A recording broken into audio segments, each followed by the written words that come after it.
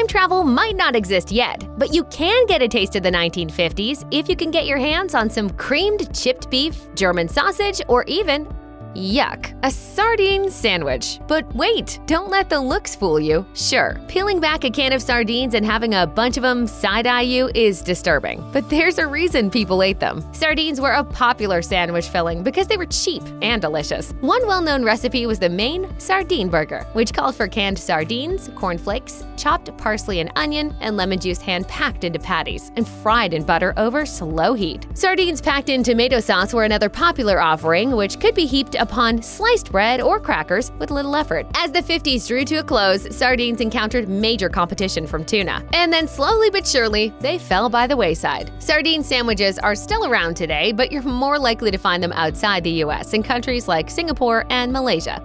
Even if you're not a golf fan, you've probably heard of the Masters. The tournament draws upwards of 90,000 live spectators to Augusta, Georgia every year. Feeding a crowd of that size requires quick and easy sustenance, like some delicious cold sandwiches. And so the pimento cheese sandwich became popular at the Masters in the 1950s and remains a symbol of the tournament to this day. American-grown pimento peppers got their start in 1916, when the Regal family of Experiment, Georgia, began harvesting and canning a domestic version of canned pimento peppers from Spain. The creation of pimento cheese isn't definitively connected with a specific person or place, although in the 1940s and 50s, Americans embraced it as both a dip and a sandwich spread. This mixture of shredded cheddar cheese, pimentos, and either mayonnaise, cream cheese, or both became a beloved sandwich filling, especially in the South. The first record of pimento cheese sandwiches at the Masters was in 1947, when Hodges and Ola Herndon began selling them on the course for 25 cents each. Affordability remains part of the sandwich's legacy.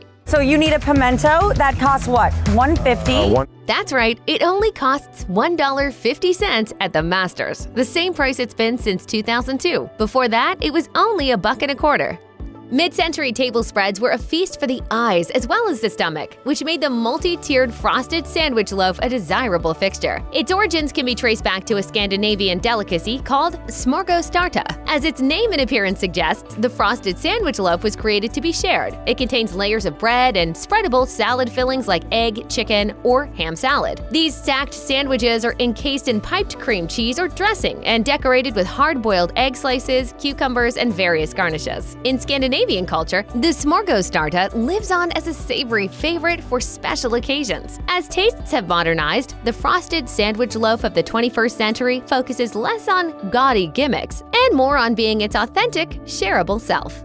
Creamed chipped beef on toast, aka the S.O.S, is a military meal made of dried cuts of lean, brined beef and white gravy. During the Great Depression, dried beef was something that families could actually get their hands on. While a combination of evaporated milk, flour, and butter or margarine supplied the gravy, S.O.S was military speak for save our souls, same old slop, or more explicitly, on a shingle. In the 1950s, the S.O.S was oddly comforting to those who had lived through tougher times. It may not be eaten very much anymore, but its bare-bones, storied reputation is worth remembering.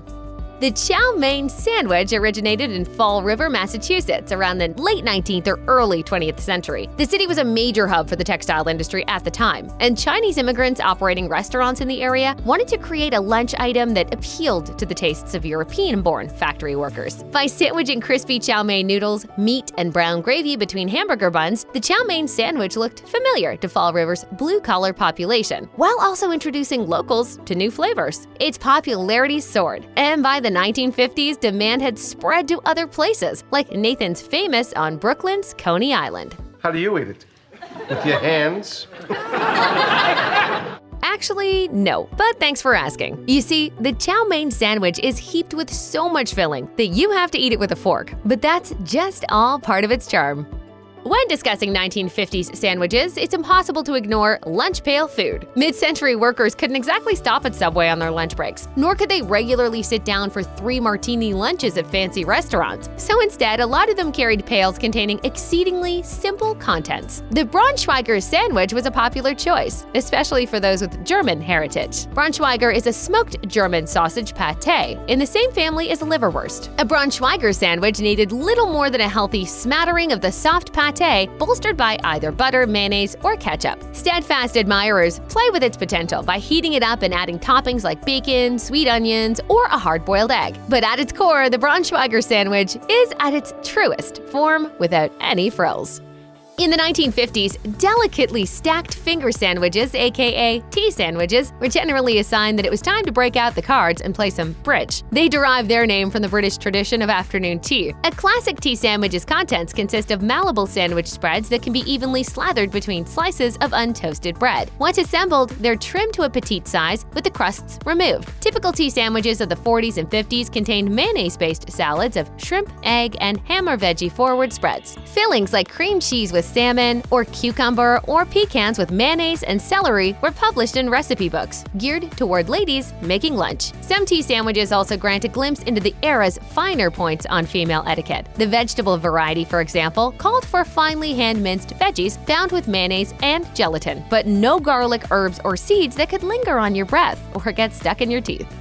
Modern Monte Cristo sandwiches are usually found on the menus of retro diners, but back in the 1950s, they were all the rage. Although they weren't exactly original, they're a modified version of the croque monsieur, a hot sandwich made from ham and Gruyere cheese on soft bread topped with bechamel sauce. Its feminine counterpart, the croque madame, adds a fried egg. The Monte Cristo was named after the revenge novel The Count of Monte Cristo and was officially given its moniker by Los Angeles restaurant The Brown Derby. The recipe calls for 3 slices of buttered white bread, ham, chicken, and Swiss cheese. Then it's dipped in egg and pan-fried before serving with a side of fruit jelly or cranberry sauce. The Brown Derby launched the Monte Cristo into great fanfare, although earlier versions already existed under different names. Widespread adaptations of the 50s-era Monte Cristo often come with 2 slices of bread instead of 3 and swap the chicken for turkey. What do kids think of it? Man, it's the sloppiest!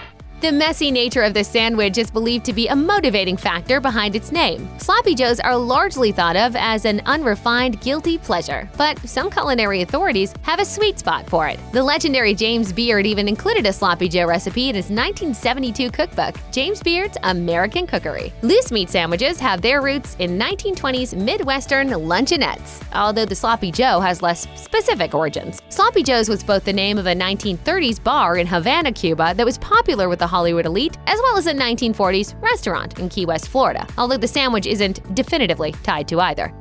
To the modern palate, a bologna salad sandwich is equal parts unhealthy and unappetizing, although some can't resist the nostalgia. Like many old-fashioned foods, bologna salad caught on because it could feed a lot of people on the cheap. It was modeled after ham salad, another retro deli offering, and widely adopted as a cheaper alternative, even earning the name mock ham salad. Its preparation is similar to other mayo-based salads, as chopped bologna and mayo are mixed with hard-boiled eggs, pickles, or relish, and seasoned to taste. Additions like onions or celery are also common. Some vintage recipes call for the bologna salad to be blended into a smooth consistency, which could be one reason why so many people are turned off by it these days. Even if it's mixed by hand with a fork, bologna salad has a soft, spongy consistency, which is certainly an acquired taste. Bologna salad sandwiches are still eaten in the 21st century, though typically only with that nostalgia-tinged sentiment. Oh, that is such baloney.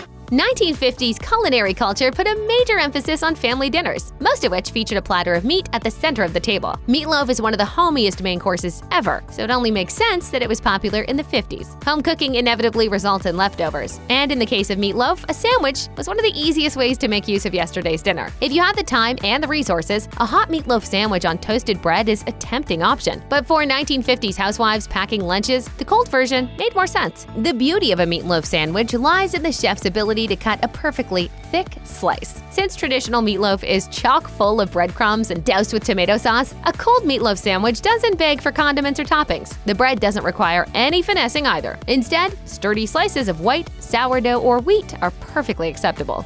Since 1937, few foods have polarized the public more than Spam. Could I have egg, bacon, spam and sausage without the spam? What do you mean? I don't like spam! The canned pork meat from Hormel Foods was marketed as the most shelf-stable, versatile miracle meat around, and it was affordable as well. After Hormel shipped 150 million pounds of Spam overseas during World War II, it was pigeonholed as a military-issued food. But thanks to Hormel's robust advertising, post-war families started regularly buying Spam, and thus Spam sandwiches, or spamwiches, became common. Hormel's slogan of cold or hot spam hits the spot was certainly true of spam sandwiches. A couple slices could stand in for ham or bologna on a cold sandwich with lettuce and tomato, while a hot sandwich paired nicely with melted cheese. Hormel also advertised the ease of a grilled or fried spam burger with the catchphrase, "Flippity-flop, it's done. Spam burger on a bun." While much of Middle America was trying to figure out whether to love or hate spam, Asian populations were much less ambivalent. Japanese immigrants in Hawaii created musubi, or spam as sushi, which is now a regional classic. As for the enduring spamwich, the 21st century version is often topped with an egg.